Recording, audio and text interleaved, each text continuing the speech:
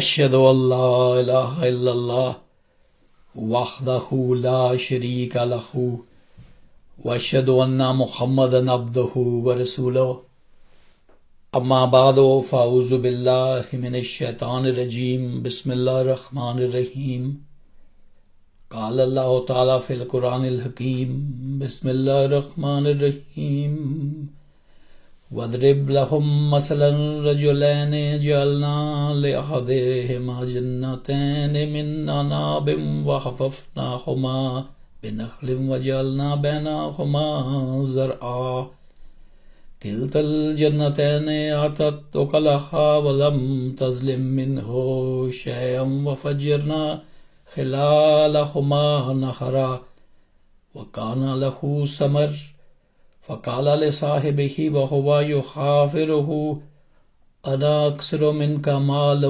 وأعز نفرا ودخل جنته وهو ظالم لنفسه قال ما أظن أن تبيد هذه أبدا وما أظن الساعة قائمة ولئن رددت إلى ربي لأجدن خيرا منها منقلبا صدق الله العظيم.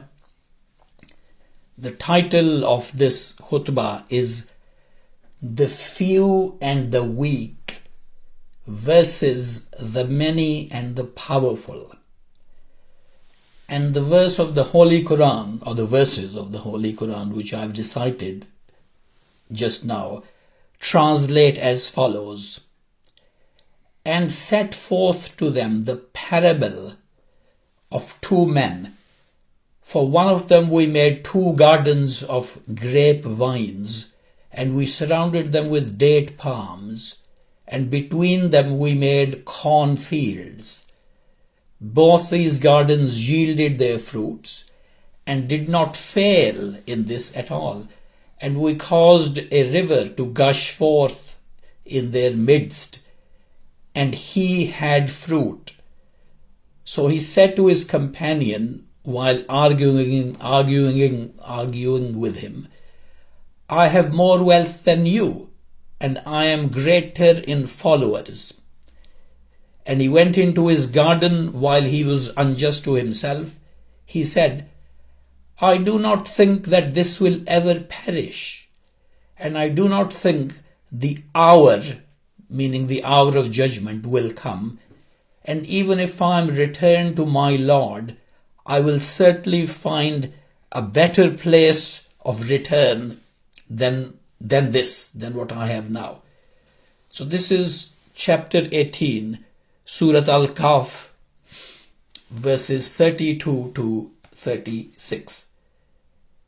Here, a parable or an illustration is presented in the Holy Quran of two men, one of whom has two gardens with a river running between them, and the gardens always bear fruit.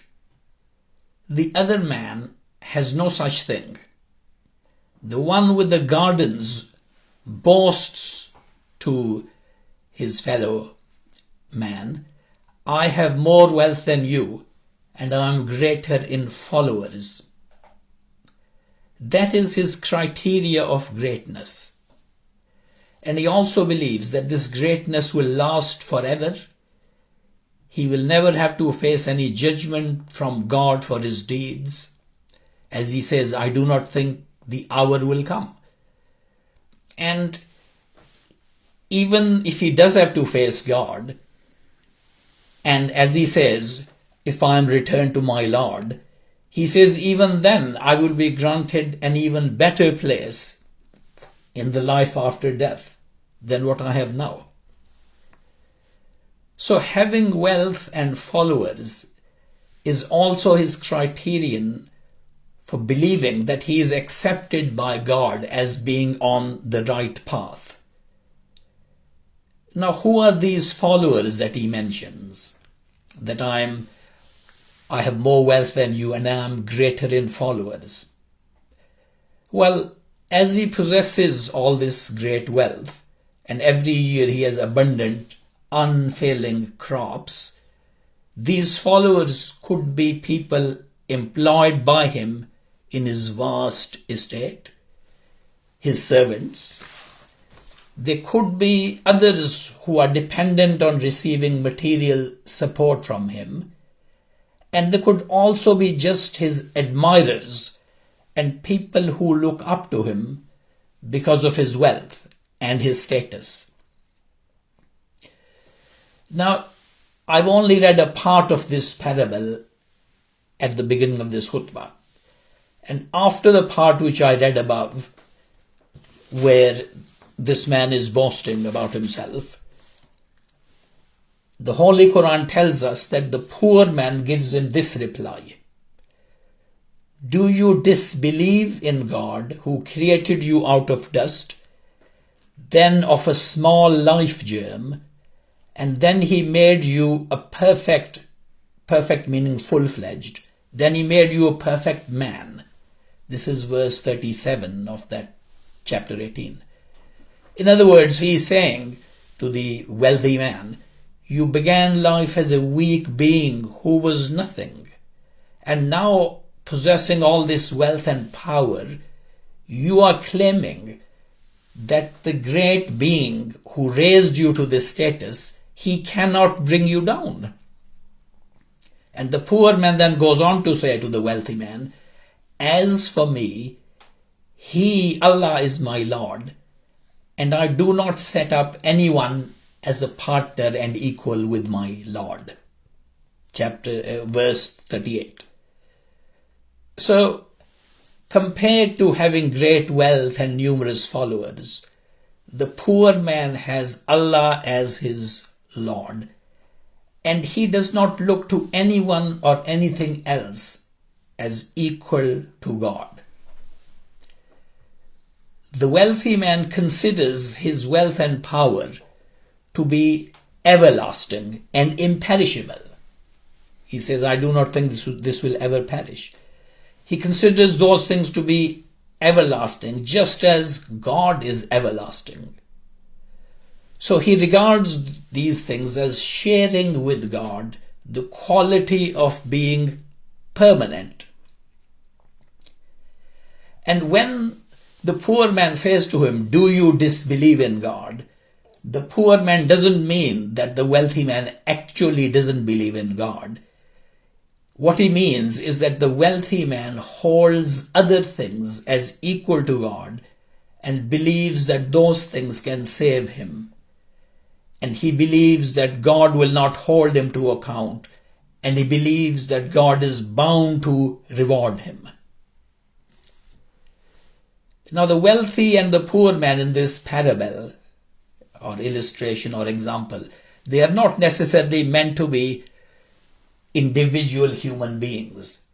They could be nations, with some of them looking down upon others. Or they could be religious communities or sects within a religion who consider themselves as the right ones because of their worldly possessions and number of followers. When European nations ruled other parts of the world, they were staunchly Christian. They gained converts in the countries that they ruled. They came to believe that their wealth, power, and increasing number of followers was proof of the truth of their religious beliefs. They believed that God had chosen them and God would not hold them to account in the hereafter for whatever they do, but that instead God would still grant them heavenly life. And many other people in the world ruled by them, including many Muslims, were impressed by this line of argument. During the time of the founder of the Ahmadiyya movement, Hazrat Mirza Ghulam Ahmad, in the 1800s and the early 1900s, many Muslims, who of course remained Muslims, they came to believe that Islam was a thing of the past, because they saw that Muslims possessed very little power and wealth in the world, and they had lost forever what they had possessed in previous times. Of course, it does happen that people who follow the right path and are devoted to the worship of one God, that it does happen that they start from a weak position in terms of worldly resources, and then they go on to achieve great power and wealth in the world. It happened in the case of the early Muslims, that due to their righteous character, their noble behavior, and their prayers, their worldly position transformed towards the end of the Holy Prophet's life, and shortly after that, Muslims became a powerful ruling nation possessing tremendous worldly resources. But when it is the truly righteous who find themselves in this position, they do not start treating these achievements as the ultimate aim of their lives, nor do they regard these things as a seal of approval from God. They regard this prosperity more as a trial from God rather than as a reward. According to the Holy Quran, Moses, whom we call Hazrat Musa, said to his followers, and I'm quoting the Holy Quran here, "It may be that your Lord will destroy your enemy and make you rulers in the land. Then he will see how you act." Then he will see how you act. Chapter 7, verse 129. And this not only proves the point that God granting power to someone is a test and trial. It not only proves that, but tragically, we also can see that the followers of Moses today need to reflect on these words. The followers of Moses today, so for their benefit I repeat what Moses said to his followers. "It may be that your Lord will destroy your enemy and make you rulers in the land. Then he will see how you act. Then he will see and judge you according to how you act in your hour of victory and triumph." After the early Muslims had become affluent, after the death of the Holy Prophet Muhammad sallallahu alaihi wasallam, an incident is reported in Hadith that once a meal was brought to a companion of the Holy Prophet to end his fast.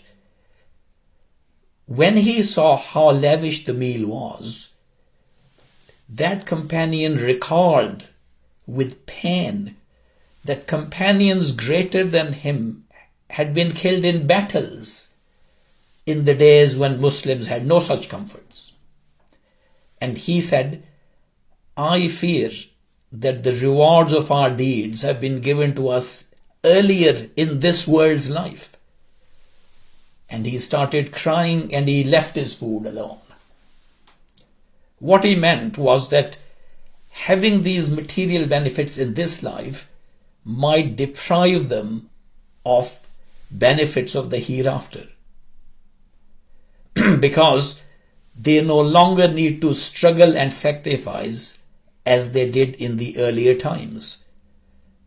So they fear the loss of the reward that they would have got in the hereafter for that struggle.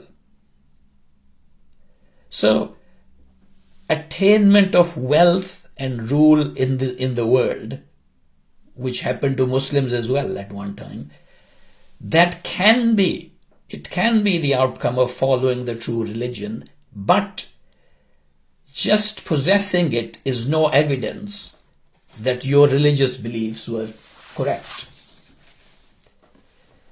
It is not only followers of religions who advance such arguments against other religions, as I mentioned above, but sects within a religion advance the same sort of argument over other sects.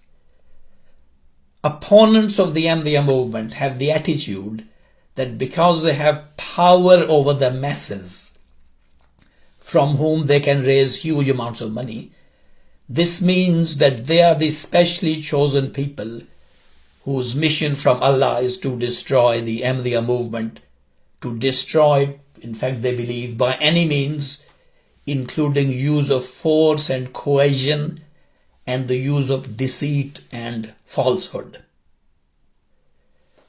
They believe that Allah is justifying them in doing all those things. And their behavior is just what the wealthy man said in this parable.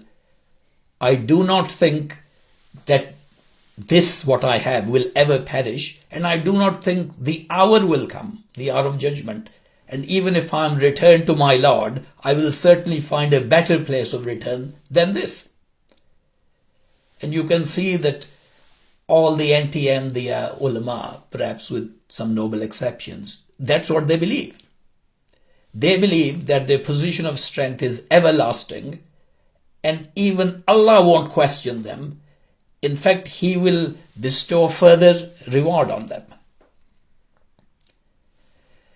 And it is one of their prime arguments that because the overwhelming majority of Muslims support their verdict that Ahmadis are non-Muslims, hence on that basis they believe that their verdict is correct and approved of by Allah. However,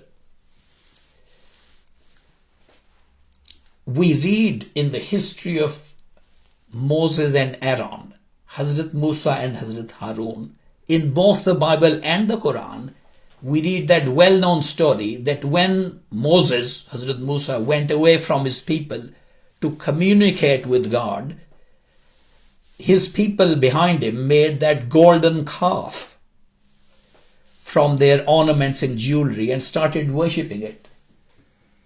And even the presence of the prophet Aaron, the prophet Harun, could not stop them from the worship of this golden calf, this young cow, in the shape of a young cow.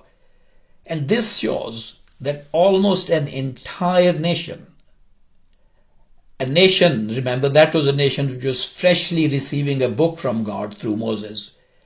That nation had 2 prophets living in it. And yet almost all of it turned away from the worship of the one God to idol worship.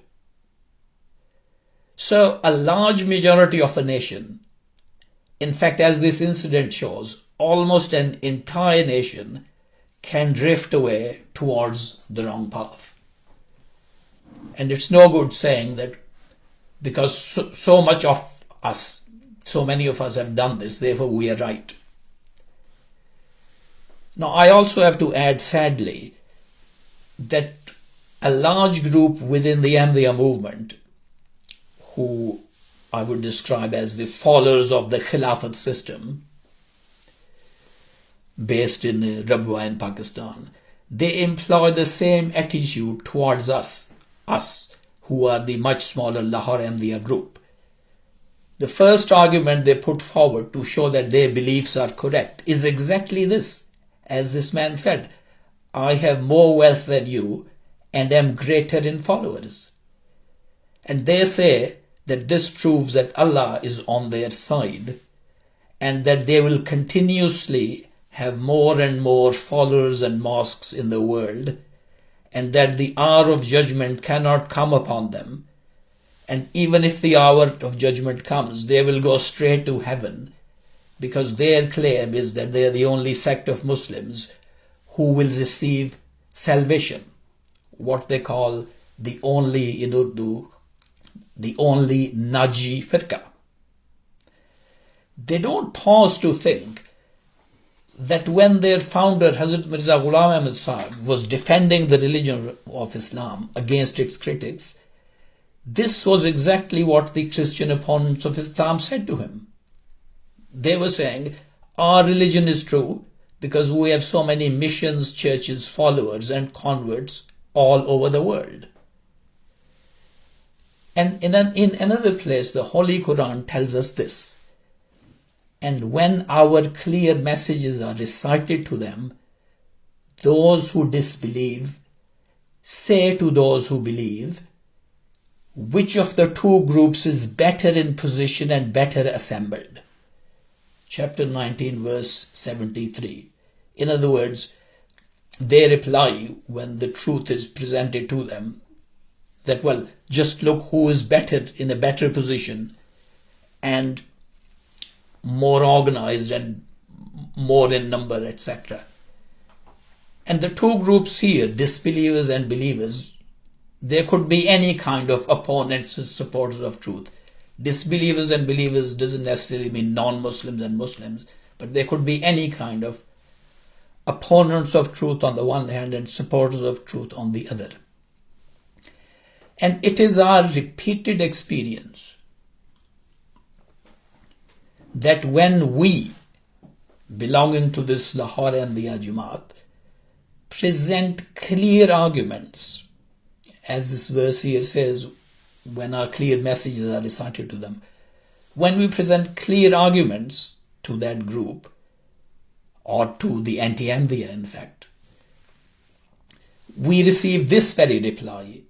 They say to us, we are stronger, bigger, more powerful and more numerous than you. But the Holy Quran goes on here to give this reply when those people say, well, we are the ones better in position and better assembled. Our armies, our forces are stronger. The Holy Quran goes on to say, as for him who is in error, Allah will prolong his days, Allah will prolong his length of days until they see what punishment they were threatened with. Either it will be punishment in this world or it will be the day of judgment. Then they will know who is worse in position and weaker in forces. And Allah increases in guidance those who go aright. And the ever abiding, the good works are better with your Lord in reward and yield better return. And the ever abiding, the good works are better with your Lord in reward and yield better return. Chapter 19, verses 75 to 76. So we must remember that Allah may prolong the days when such people have the upper hand, who are boasting about their power, their wealth, their size. Allah here says that He may prolong their days, but that in the end, the successful ones will not be those who brag and boast about their strength and numbers, but the successful ones will be those who follow the right guidance and do good deeds. As it says here, Allah increases in guidance those who go right, and the ever-abiding, the good works, what lasts forever, the good works, are better with your Lord in terms of reward and yield better return.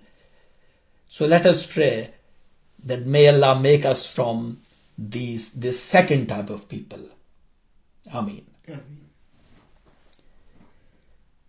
Barakallahu lana wa lakum fil Quranil Azim wa nafa'na wa iyyakum bil ayati wa zikril hakim. Innahu ta'ala jawadun karimun malakun barurur rahim.